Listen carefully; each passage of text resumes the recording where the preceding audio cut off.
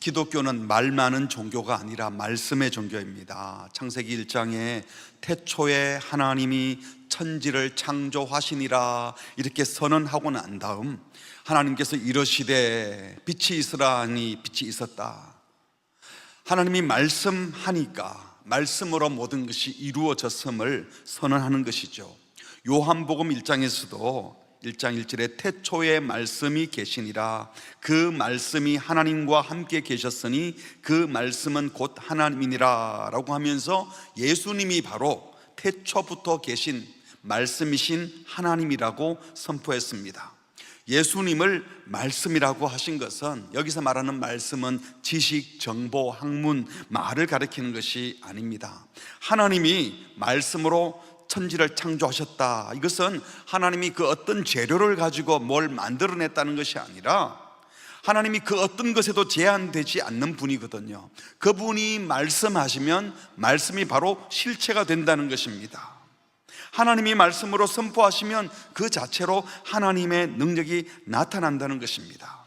예수님을 말씀이라고 표현한 것도 예수님이 말을 많이 하셨다, 예수님이 지혜와 지식이 많다 이런 뜻이 아니라 예수님도 바로 하나님이시기에 예수님은 능력의 근원이시며 예수님이 말씀하시면 그 자체로 능력이 나타난다는 것입니다. 이런 차원에서 기독교는 말씀의 종교입니다. 말씀이신 하나님은 그 어떤 것에도 구애받지 않으시고 그 어떤 것에도 제한받지 않으십니다. 하나님이 모든 것의 시작이요 근원이 되시고 하나님이 말씀하시면 모든 것이 현실이 되는 것입니다. 이런 차원에서 하나님의 말씀은 능력이라고 할 수 있습니다. 그런데 오늘날 기독교는 이 말씀의 능력을 상실한 것 같습니다. 교회의 강단마다 엄청난 말들이 흘러나오지만 변화를 일으키는 능력의 말씀이 얼마나 선포되고 있는지 궁금합니다. 말이 아니라 진정 말씀이 선포되었다면 분명 큰 변화가 있어야 하는데 정말 그랬나 하는 것입니다. 우리 신부산 교회 강단에서 선포되는 모든 말씀들이 현란한 말이 아니라 하나님께서 선포하시는 능력의 말씀이 되기를 소원합니다. 일반적으로 큰 소리 치는 사람들은 진짜 실력이 없는 경우가 많아요. 아예 무능하고 전혀 무식하여 모르면 아무 말도 안 하겠지만 조금 알고 조금 능력 있는 사람들이 말을 많이 하죠. 빈 깡통이 시끄럽다 그러잖아요. 깡통이 완전히 비우면 시끄럽지 않아요. 빈 깡통에 조금 들어있으면 소리가 많이 납니다. 꽉 차도 소리가 안 나고 비어도 소리가 안 나죠. 정말 실력 있고 꽉 찬 인격을 갖춘 분들은 꼭 필요한 말만 합니다. 많은 말보다도 겸손하지만 자신의 삶의 모습으로 자신들의 진짜 실력을 보여주는 겁니다. 그런데 고린도 교회는 1장 5절에 보니까요, 모든 언변과 모든 지식에 풍족했다라고 했어요. 방언, 예언, 통변, 각종 지식의 은사를 많이 가졌습니다. 말들을 잘했습니다. 많이 알았습니다. 그런데 그런 은사를 가지고 다른 이들을 섬기는 데 사용한 것이 아니라 그 많은 말의 은사를 가지고 자기를 증명하고 자기를 주장하고 자기 편 만드는 데 썼어요. 그러다 보니까 고린도 교회에는 바울파, 베드로파, 아볼로파, 심지어 그리스도파 이렇게 하면서 분열을 일삼았습니다. 파당이 생겨났습니다. 그래서 고린도전서 전반부 1장부터 4장까지는요 교회가 분열된 이유와 상황을 진단하고 난 다음에 교회가 하나 될 것을 권면합니다. 그 첫 단원의 마지막 권면으로 하신 말씀이 오늘 읽은 20절 말씀입니다. 같이 다시 한번 읽을까요? 하나님의 나라는 말에 있지 아니하고 오직 능력에 있습니다. 말이 아닌 능력, 무슨 뜻일까요? 오늘 주신 말씀을 통해서 세상 앞에 그냥 말로 복음을 설명하는 자가 아니라 말씀에 순종하는 삶으로 복음을 보여주는 자가 되었으면 좋겠습니다. 먼저 18절을 같이 읽어보시겠습니다. 다시 한번. 어떤 이들은 내가 너희에게 나아가지 아니할 것 같이 스스로 교만하여 졌으나. 무슨 말입니까? 바울이 고린도 교회에 직접 찾아오지 않는다고 생각해서 오만 방자하게 군 사람들이 있었다는 거예요. 그러니까 고린도 교인들 중에 지도자 바울을 무시하고 비난하는 사람들이 있었다는 것이죠. 왜 그랬습니까? 지난주 본 17절에 보면 바울이 고린도 교회에 직접 가지 않고 주 안에서 내가 사랑하는 신실한 아들 디모데를 대신 보낸다, 이런 말을 했는데, 고린도 교인들이 이 말을 듣고 자기들이 바울에 대해서 비판적인 얘기를 꺼내니까 겁나서 못 온다고 건방지게 교만하게 구는 사람들이 있었던 것 같습니다. 다시 말해 바울은 자신들의 협박에 겁을 먹고 못 오는 겁쟁이라고 생각하면서 바울을 우습게 생각하고 무시하고 오만하게 굴었던 거지요. 고린도 전후서 내용들을 살펴보면 바울을 비판하는 내용들이 종종 나옵니다. 고린도전서 9장 1절에 보니까 내가 자유인이 아니냐, 사도가 아니냐, 이 말은 뭐예요? 내 사도 맞아, 이런 말을 하는 것은 너 사도 맞니? 누가 물었던 거죠. 예수 우리 주를 보지 못하였느냐? 아니, 나 예수님을 만났어. 주 안에 생한 나의 일이 너희가 아니냐? 내가 복음을 전해서 당신들이 예수 믿게 됐는데 왜 내가 사도가 아니라 그러니? 그런 뜻이잖아요. 다른 사람들한테는 몰라도 내가 여러분들에게는 사도이다. 왜? 고린도 교회는 바울이 복음을 전해서 세워진 교회인데 바울 보고 네가 정말 예수의 사도 맞느냐, 이 바울의 사도권을 의심했던 겁니다. 얼마나 기가 막히겠습니까? 그래서 바울은 이렇게도 말한 적이 있지요. 고린도서 12장 11절에 내가 어리석은 자가 되었으나 너희가 억지로 시킨 것이니 나는 너희에게 칭찬을 받아야 마땅하도다. 내가 아무것도 아니지만 지극히 크다 하는 사도들보다 조금 더 부족하지 아니하니라. 사도의 표가 된 것은 내 사도의 징표가 있다. 내가 너희 가운데서 모든 참음과 표적과 기사와 능력을 행한 것. 자기가 사도가 맞다는 변정을 하고 있는 겁니다. 여러분, 이런 말을 한다는 것 자체가 사도로서 얼마나 마음이 속상했겠습니까? 우리로 말하면 우리 교회에 와서 새가족반하고 또 복음의 말씀을 듣고 세례를 받고, 저를 통해서 또 세례를 받았는데 한 5년 10년 지나서 갑자기 목사님, 목사 맞아요, 신학교 제대로 나오신 거예요, 어디서 목사 되신 거예요? 라고 묻는다면 제가 얼마나 황당하겠습니까? 지금 바울이 그런 말을 듣고 있는 거예요. 뿐만 아니라 고린도후서 1장 17절에 보니까 이렇게 계획할 때에 어찌 경솔히 하였으리요. 이 말은 왜 경솔히 하느냐, 이런 딴지를 거는 사람이 있었던 것 같아요. 혹 계획하기를 육체를 따라 계획하여 예예하면서 아니라 하늘이 내게 있었겠느냐. 이 바울이 일하는 것이 무게가 없고 인격적으로 경솔하고 수시로 계획을 바꾼다, 조심성이 없다, 비난했었다는 겁니다. 그래서 지금 바울이 그들에게 변명을 하고 있는 중이에요.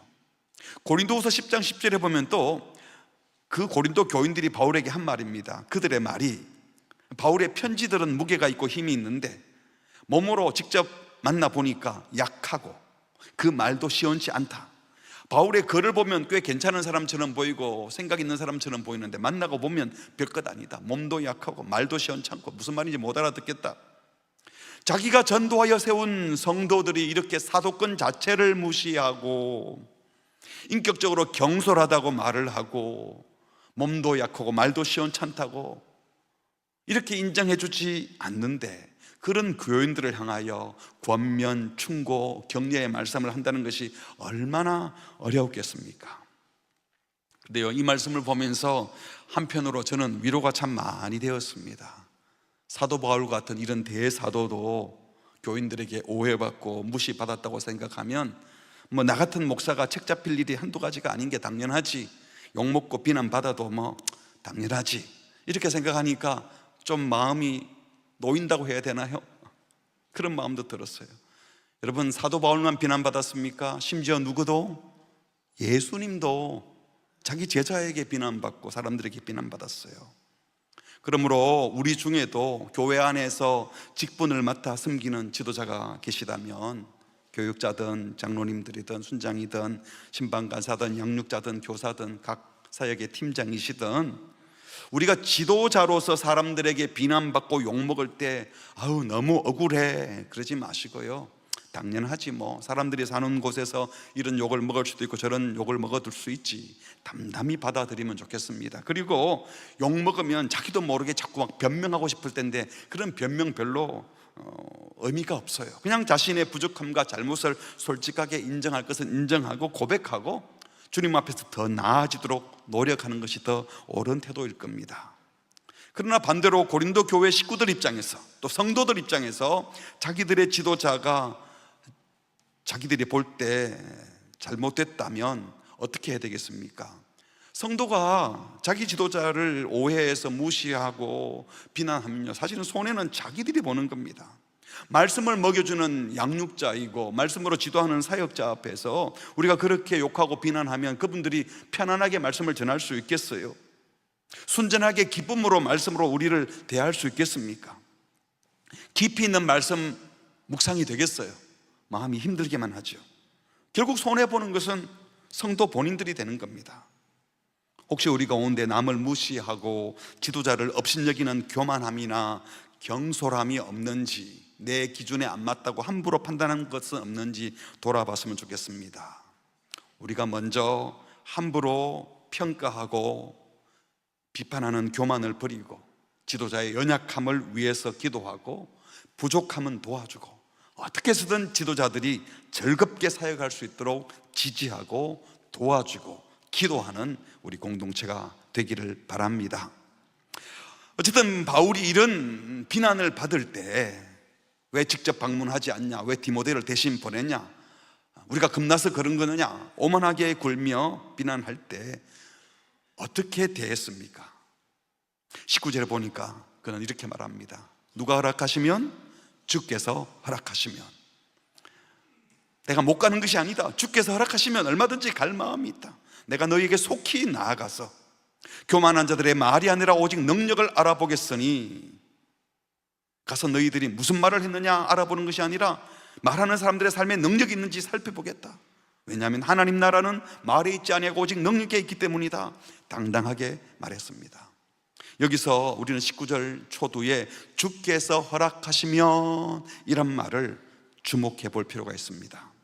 주께서 허락하시면 이라고 조건을 단다는 것은요, 사도 바울이 지금까지 어떤 결정을 내리건 어떤 행동을 하건 매 순간 누구의 허락을 받고 했다는 겁니까? 주님의 허락을 받고 해왔다는 거예요. 앞으로도 그러겠다는 거예요.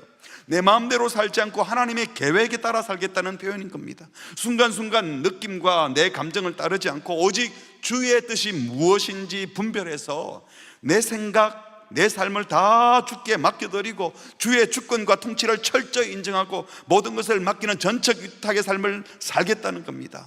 다른 곳에도 이런 식으로 표현을 했어요.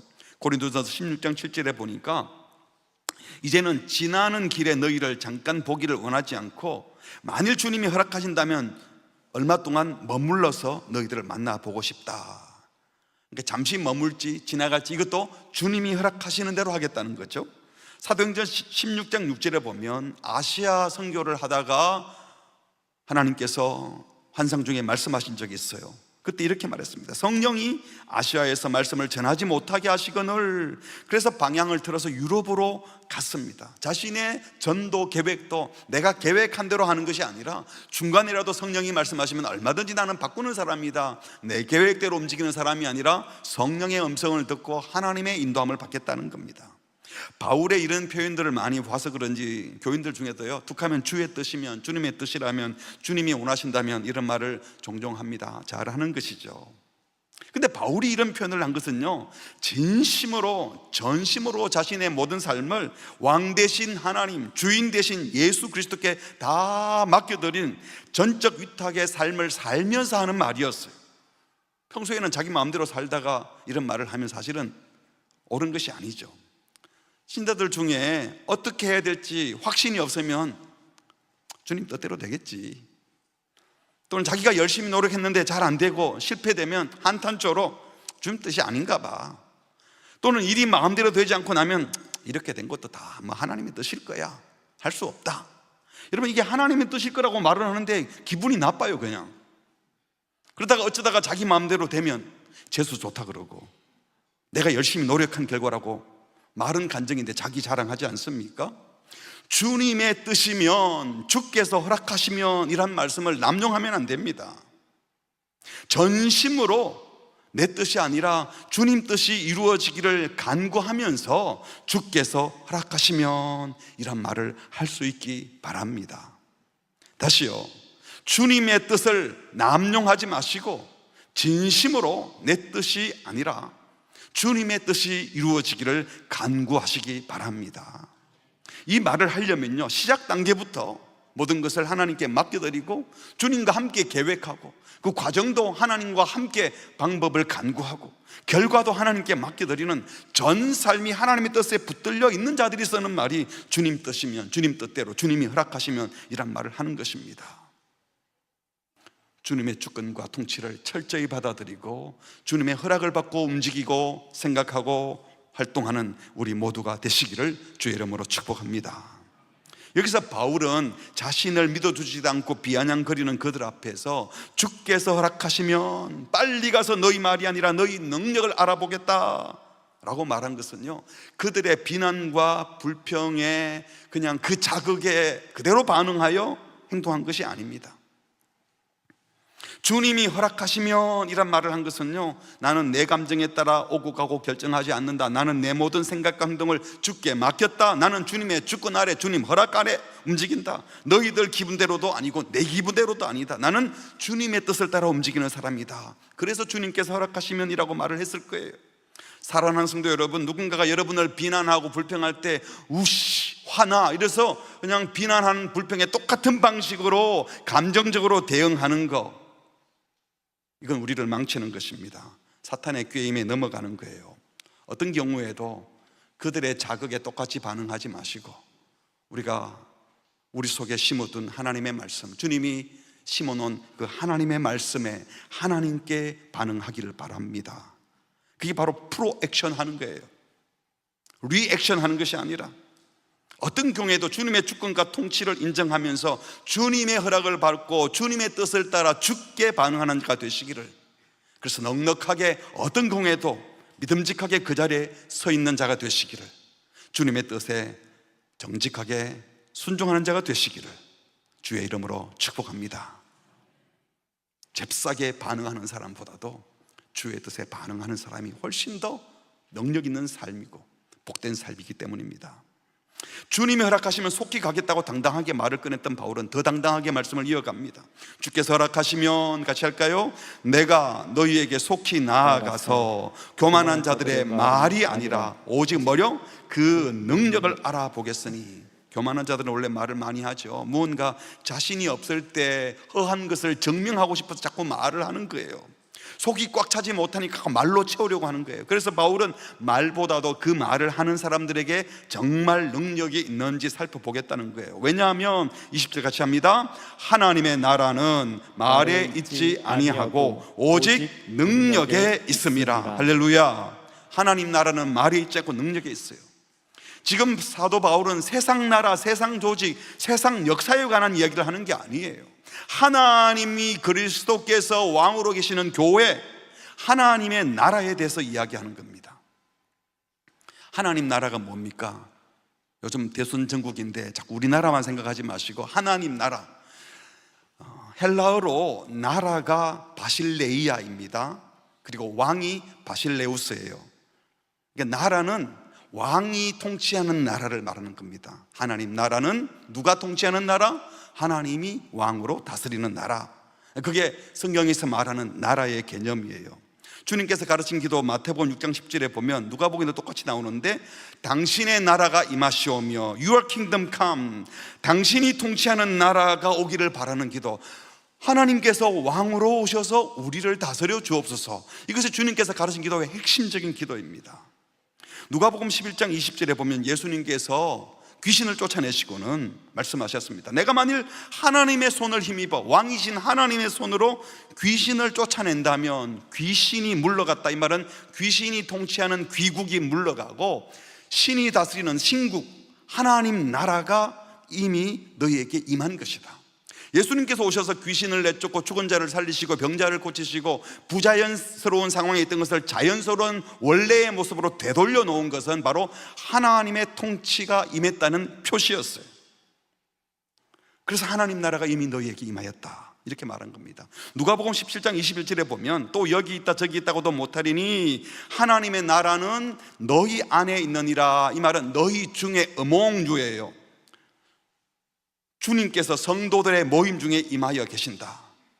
성령 받아 하나님의 통치를 받은 성도들이 모인 곳, 그래서 그 공동체 안에 주님이 왕으로 통치하고 계시면 그곳이 바로 하나님 나라라는 것입니다. 그리고 그 하나님 나라의 특징을 이렇게 얘기합니다. 로마서 14장 17절 같이 합니다. 시작. 하나님 나라는 먹는 것과 마시는 것이 아니요 오직 성령 안에 있는 의와 평강과 희락이라. 하나님 나라는 잘 먹고 잘 사는 거, 경제적인 문제 해결해 주고 이 땅에서 그냥 배불리 먹고 사는 거, 이게 아니다. 지금 세상 나라 대권 주자들은 다 이런 얘기 하죠. 그러나 오직 하나님 나라는 성령 안에 있는 의와 평강과 희락이라고 했습니다. 하나님의 통치가 실현되어서 하나님의 의, 하나님이 주시는 평화, 하나님이 주시는 참된 기쁨, 최상의 질서와 최상의 평화가 이루어진 상태를 하나님 나라라고 하는 겁니다. 그러니까 하나님께서 개인의 마음과 성도들의 삶 속에 왕으로 좌정하시고 하나님의 통치가 온전히 실현된 그곳, 그리스도가 왕으로 다스리는 바로 그곳이 하나님 나라입니다. 이런 하나님 나라, 하나님의 통치는 하나님만을 전적으로 왕으로 섬기고 의지하는 백성들이 모인 곳에서 이루어지는 거예요. 그 하나님 나라의 샘플이 뭐겠어요?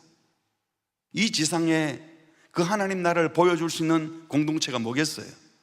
교회여야 하는 겁니다. 우리 교회가 그런 하나님 나라가 되기를 바랍니다.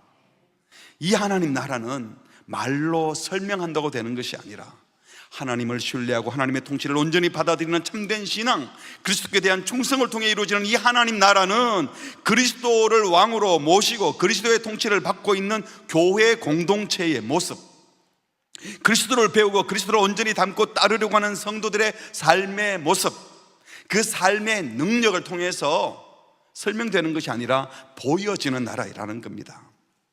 이런 차원에서 하나님 나라는 사람들이 하는 말에 따라 좌우되는 것이 아니라 하나님의 능력을 체험하는 사람들의 삶에 따라 좌우되는 거예요. 그리스도를 왕으로 진짜 모시고 있는가? 그래서 그분이 왕이기 때문에 그분이 가신 걸음을 기꺼이 걸어가고 그분이 보여주신 섬김의 질서를 따라 기꺼이 섬기고 희생하고 사랑하고 있는가? 좀 더 쉽게 말하면 하나님 나라에는 누가 보여야 되겠어요? 하나님이 보여야 됩니다. 어떻게 해요? 하나님 나라의 속성, 하나님의 속성, 하나님의 사랑, 하나님의 공의, 하나님의 자비와 긍휼, 하나님의 은혜와 능력이 공동체 안에서 느껴지고 체험되어야 그곳이 하나님의 나라인 거예요. 하나님이 주시는 기쁨과 감사, 치유, 회복이 느껴지고 체험되는 곳, 그곳이 하나님 나라입니다. 이런 하나님의 절대적인 다스림이 있는 곳, 완벽한 나라는 이제 그때 이루어지지만 지금 그 나라를 추구하고 살아가는 교회 공동체를 통해서 여기서 그 하나님 나라 맛을 볼 수 있고 봐야 하는 거예요. 이미 그것을 조금이라도 느꼈으니까 매주일마다 와서 예배 드리시고 그것을 조금씩 느꼈기 때문에 다락방 가시는 것 아니겠어요? 하나님 나라는 눈에 보이는 통치 조직, 세속적인 권력과 힘, 재물과 명예, 군사력에 달려있지 않습니다. 전능하신 하나님께 전적으로 의지하며 진리의 말씀대로 살아가는 성도들의 삶, 그리스도께 대한 충성, 왕이 그리스도이기 때문에 그리스도께 충성하는 나라가 하나님 나라잖아요. 그분께서 십자가에 달려 죽기까지 복종하셨어요. 겸손한 섬김을 통하여 나타나는 겁니다. 세상 질서와는 판이하게 다른 겁니다. 그러므로 하나님 나라는 말에 있지 않고 능력에 있다라고 할 때 그 말은 능력과 대조를 이루어 내용이 없는 단순한 헛된 말이 아니라 예수님께서 하나님 나라를 말씀으로 선포했을 때 가시적으로 능력이 나타났잖아요. 귀신이 쫓겨나고 죽은 자가 살아나고 병자가 치유되는 그런 가시적인 역사들이 일어났어요. 그렇다고 해서 이 능력이라는 것이 무슨 고린도 교인들이 가지고 있었던 신비한 은사를 말하는 게 아니에요. 그들도 병도 고치고 별기한한 기적을 행했지만 그건 다 공허했습니다. 은사는 있었지만 말들은 있었지만 내용이 없었어요. 그래서 은사를 줬는데 그리스도의 사랑을 실천하는 데 쓰지 않고 자기를 주장하는 데 썼기 때문에 그런 지식, 지혜, 말 아무 쓸모없는 능력이 없었어요. 말로는 많은 설명을 했지만 그들의 실제 삶은 하나님 나라의 모습과는 거리가 멀었어요.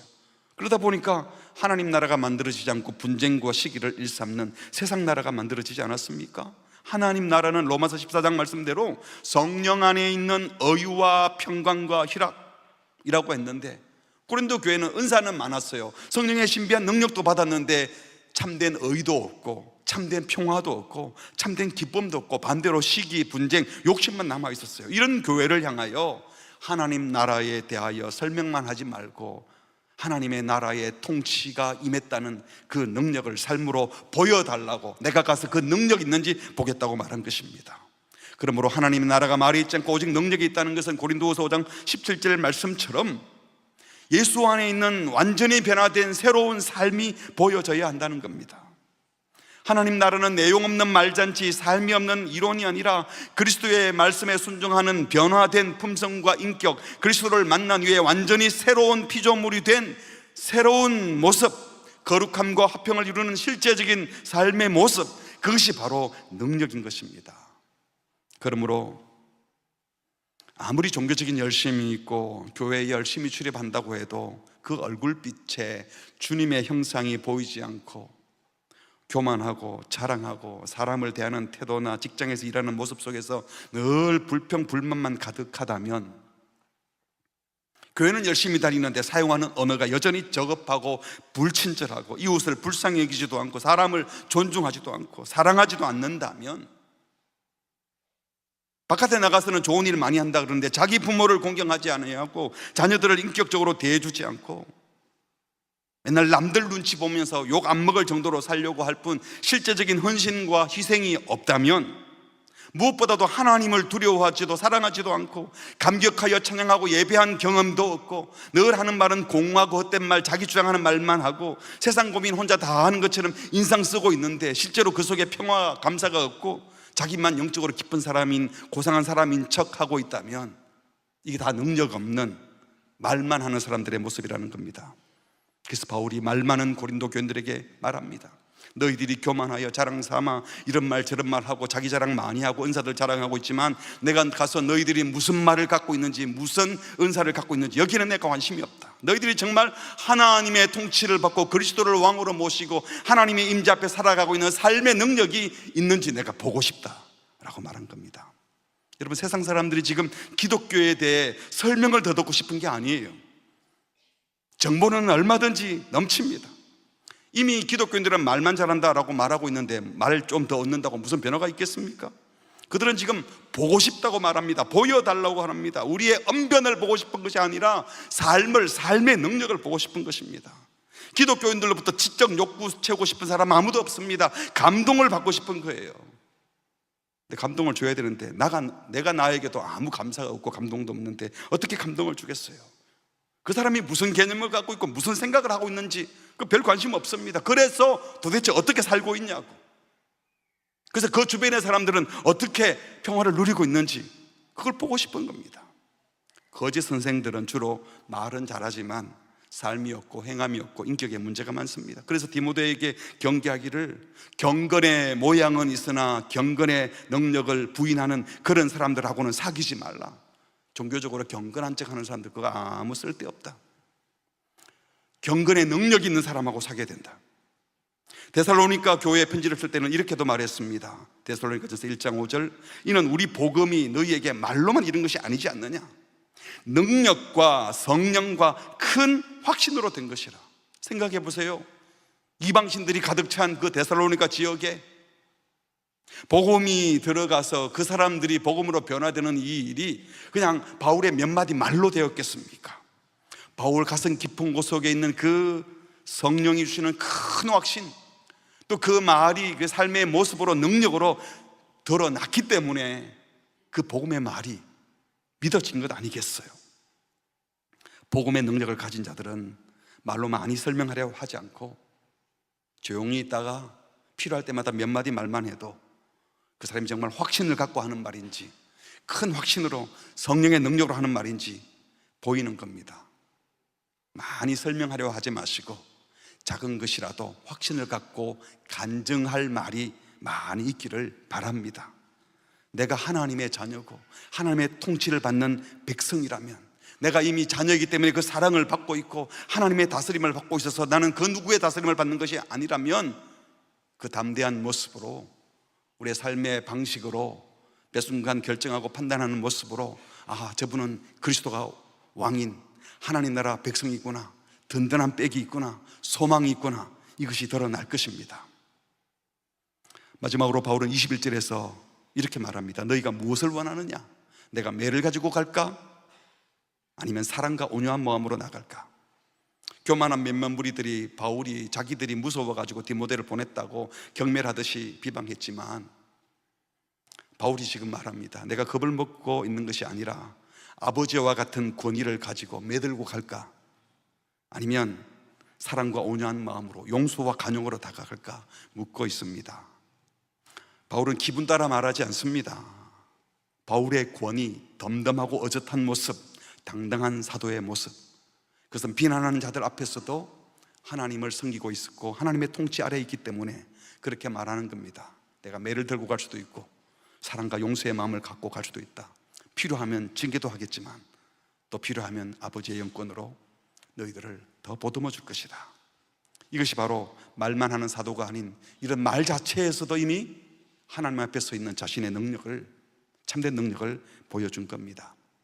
말씀을 맺으려고 합니다. 첫 번째로, 말 많이 해서 자기 나라, 자기 주장하는 사람이 아니라 하나님 나라를 세우는 말씀의 사람, 사랑의 사람이 되기를 바랍니다. 고린도 교회 교인들 말 많았지만 사랑 없었어요. 능력이 없었어요. 그래서 많은 말로 지도자 비난, 비평하고 서로 편당만 만들었어요. 지도자, 사역자들이십니까? 책임을 지고 있습니까? 사람들의 비판에 너무 예민해하지 마시고 담담하게 받아들이시고 부족함은 인정하고 더 겸손히 섬기기를 바랍니다. 성도들이십니까? 지도자 비난하면 결국 나한테 손해라는 것을 깨닫고 말씀 사역자들, 영적 지도자들 즐겁게 사역할 수 있도록 잘 돕는 자가 되시기 바랍니다. 말 많은 사람이 아니라 말씀에 순종하는 사람, 사랑의 능력을 가진 자가 되기를 축복합니다. 두 번째로, 비난한 자의 말에 그때그때 부정적으로 리액션 반응하는 사람 되지 마시고 사도 바울처럼 주님이 허락하시면 나는 매 순간 말 한마디도 내 모든 계획 주님의 주권과 통치를 인정하며 주님의 지도를 받을 것이다. 그래서 그 어떤 경우에도 주께만 주도적으로 능동적으로 반응하는 자가 되기를 바랍니다.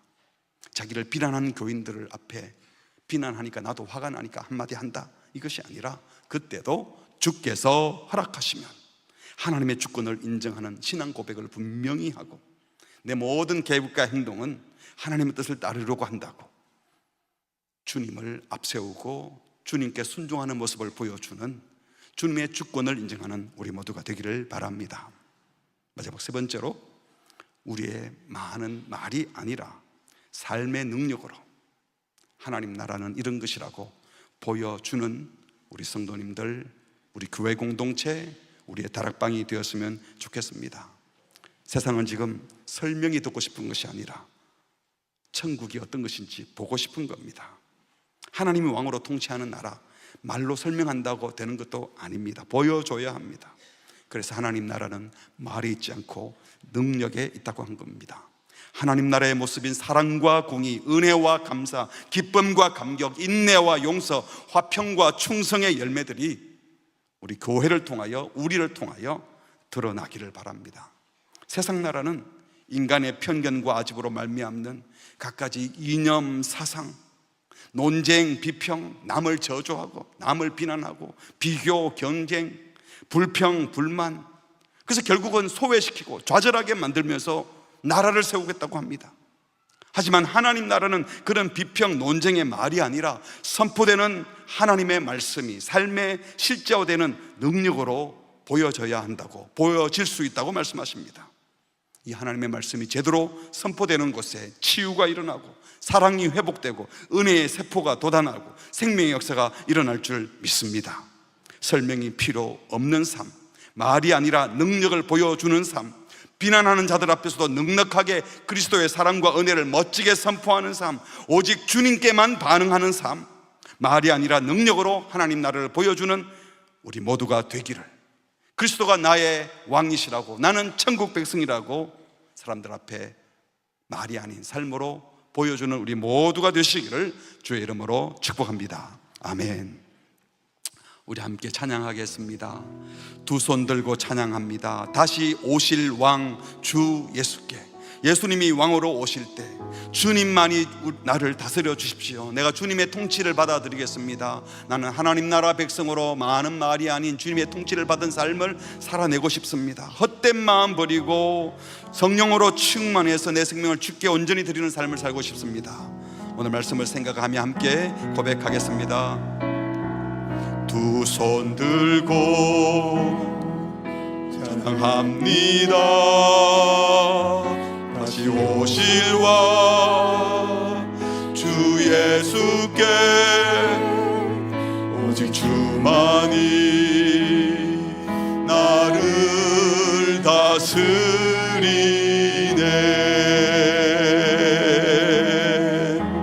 두 손 들고 찬양합니다. 다시 오실와 주 예수께 오직 주만이 나를 다스리네. 나 주님만을 섬기리. 헛된 마음 버리고 성령이여 내 영혼 충만하게 하소서. 나 주님만을 섬기리. 헛된 마음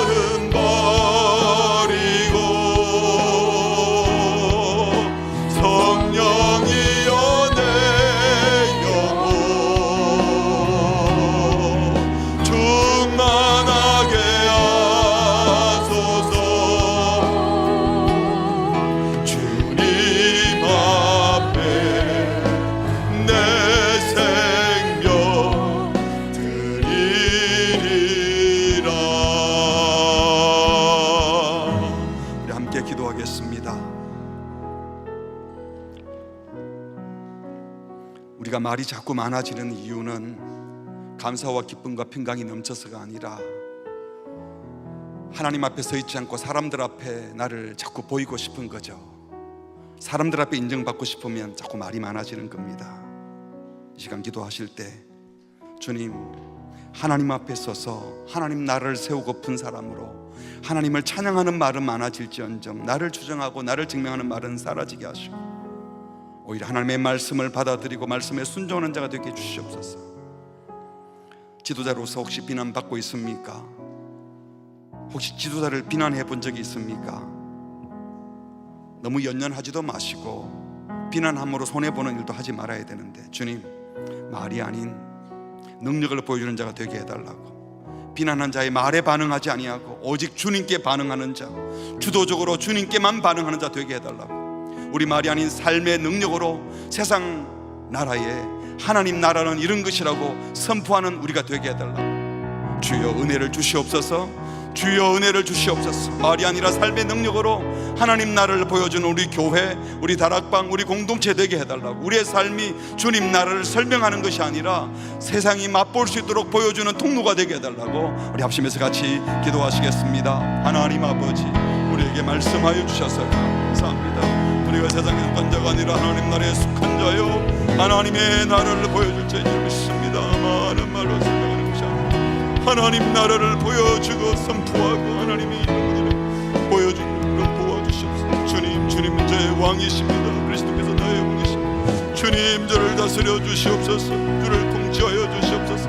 주님의 동료에 벗어나게 하려는 모든 욕망과 헛된 욕망들은 버리게 하여 주시옵소서. 주님 오시옵소서. 주님 말씀하여 주시옵소서. 주님의 온전한 다스림을 받게 하여 주시옵소서. 주님의 하나님의 삶의 능력으로 달게 하여 주시옵시고 하나님을 부르짖어 하나님 온종자기 주장하는 세상을 향하여 하나님을 선포하고 하나님을 보여주시고 하나님의 말씀에 선포하는 종들이 다 될 수 있도록 주여 도와주시옵소서. 하나님, 하나님의 죽음과 통지를 받아들이며 오직 주님이 허락하시며 하나님의 어려운 경우를 보겠다는 건데 오직 주님이 허락하신 주님의 죽음과 통지하며 오직 주님께만 바라는 자 될 수 있도록 주여 은혜를 베풀어 주시옵소서.